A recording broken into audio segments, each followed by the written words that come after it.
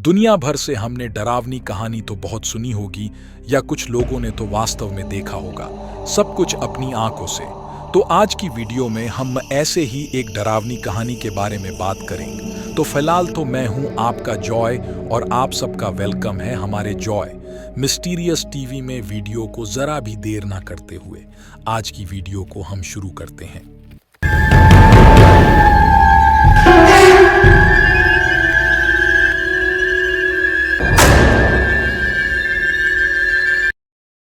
छुट्टियों का समय सबसे अच्छा होता था क्योंकि वहां देखने के लिए बहुत सारे खेल थे और हमारे माता पिता ने कभी शिकायत नहीं की जब तक कि हमने उन्हें परेशान नहीं किया।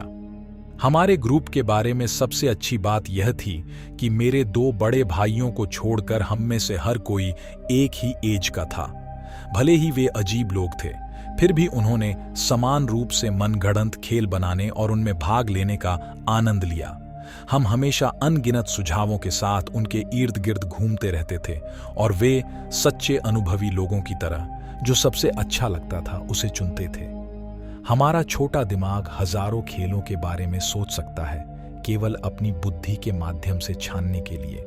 शायद हम उतने अच्छे नहीं थे या फिर वे विचार हमारे दिमाग में केवल अच्छे ही लगते थे। लेकिन कभी कभी मैं सोचता हूं कि जीवन का यही तो नाम है।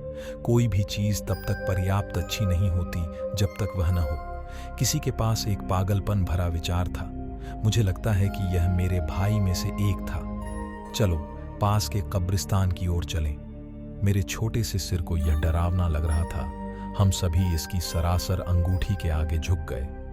हाँ चलो ये करते हैं। कब्रिस्तान में हमने अपने सामान्य खेल जैसे लुका छिपी और टैग खेलना शुरू कर दिया। अपने आप को गंदगी में खूब गंदा किया, अपने आसपास से बेखबर उस जगह के बारे में दूसरा विचार किए बिना जहां हम थे। कब्रों के अलावा ये सब एकमात्र जन्मजात खेल के मैदान की तरह लग रहा था। हम इधर उधर भागे। हमारी हंसी से माहौल गूंज उठा क्योंकि हम खुद को कब्रों के पीछे या लापरवाह झाड़ियों में छिपा रहे थे जिन्होंने हमें छुपाने का आधा अधूरा वादा किया था। जैसे ही हम घंटों तक खेलते रहे, सूरज ने हमें जम्हाई लेते हुए देखा। जैसे जैसे गोधूली घिरने लगी, यह थोड़ा धुंधला होने लगा। हम इधर उधर छिप गए। मुझे एक बड़ी चट्टान के पीछे छुपने की एक अच्छी जगह मिल गई। जैसे ही हमारे ईंट ने पृष्ठभूमि में संख्याएं गिनाई, हम में से प्रत्येक ने अपने होंठों पर उंगली रखकर हंसना शुरू कर दिया। अचानक मेरी नजर किसी चीज पर पड़ी जिसने मुझे लगभग तुरंत ही चकित कर दिया। मैं अपनी पूरी आवाज में चिल्लाया, यहां आओ हर कोई, यहां एक हाथ है। हिंसक चीख से हमारी चंचल तंद्रा तुरंत टूट गई। हर कोई यह देखने के लिए स्तब्ध हो गया कि मामला क्या है, जो फिर भी एक हाथ था। जब मैंने उन्हें एक मर्दाना हाथ की ओर इशारा किया जो कहीं से निकला हुआ प्रतीत होता था, तो सभी ने उस अजनबी को देखने के लिए उसके चारों ओर चक्कर लगाया जो जमीन से एक पौधे की तरह उग आया था। हाथ हम बहुत छोटे थे, इसलिए यह समझ में आता है कि इतनी बड़ी चीज ने हमें अपने माता पिता की तलाश करने के लिए परेशान नहीं किया। साथ ही इससे मजा भी किरकिरा हो जाता, इसलिए हम उसे छूते हुए बैठे रहे, यह देखने के लिए कि क्या वह हिलता है। मेरा एक बड़ा भाई जो मजाकिया था, इसके चारों ओर बहुत घूमता था। मिस्टर हैंड, आप कितने चीनी के टुकड़े चाहेंगे? उसने कहा जैसे ही हमने उसे मिट्टी के कप में कुछ काल्पनिक चाय डाली। ये क्या है? ओह 5। और उसने हमें अपने कप में 5 पत्थर डालने के लिए प्रेरित किया। ये सब घटित होने पर हम हंसे। उसने कप को उन खौफनाक उंगलियों से छुआ और फिर रुक गया।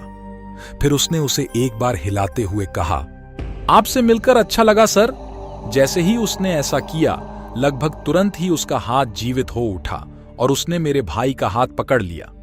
बेहद डरे हुए मेरे भाई ने खुद को चंगुल से दूर करते हुए उससे छुटकारा पाने की कोशिश की, लेकिन पकड़ बहुत कड़ी थी। वह अकेले ही उन घिनौनी उंगलियों को अपने ऊपर से हटाने में असफल हो रहा था। तो इस सब की भयावहता को महसूस करने के बावजूद अपने नायक को मृत हाथ से पकड़कर हम आगे बढ़े। वह दर्द से कराह रहा था, पकड़ मजबूत लग रही थी। हम सभी ने पूरी ताकत से उसे खींचा, लेकिन हाथ ने जकड़न नहीं छोड़ी। विमोचन उन क्षणों में इतना हंगामा था कि कोई ठीक से सोच भी नहीं पा रहा था। हम चिल्लाने लगे, मदद करना, मदद करना, कृपया कोई मदद करे। तभी पास की सड़क पर एक इंजन की गड़गड़ाहट हुई। शायद एक कार जिसकी लाइटें जल रही थीं, धीरे धीरे रेंग रही थीं। शायद यह उस शोर या उस पर पड़ने वाली सीधी रोशनी के कारण था कि हाथ अंततः छूट गया। ठीक वैसे ही हम अपनी पूरी ताकत से वापस अपने घरों की ओर भागे। हम आश्वस्त थे कि यह एक भूत था और संभवतः इसके हमारा पीछा करने के डर से हम सांस लेने या पीछे मुड़कर देखने का इंतजार नहीं कर सकते थे। जब हम घर पहुंचे तो हमने सारी कहानी अपनी मां को बताई। मां भी आश्चर्यचकित लग रही थी, लेकिन उन्हें इस बात पर नाराजगी थी कि हम अपनी मर्जी से वहां गए थे। हमने सोचा उसका जवाबी हमला उचित था, क्योंकि हमें कई बार कब्रिस्तान के पास न जाने के लिए कहा गया था। मेरी मां अक्सर कहा करती थी कि इस जगह पर चुड़ैलों का साया है। मैं हमेशा कल्पना करता था कि एक चुड़ैल कैसी दिखती होगी।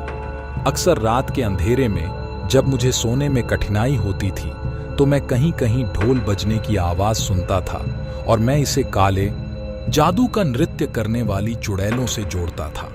मैं अक्सर पायल भी सुनता था। हमारे छोटे से कस्बे में लोगों के मुंह पर छोटी छोटी डरावनी कहानियां अक्सर घूमती रहती थीं।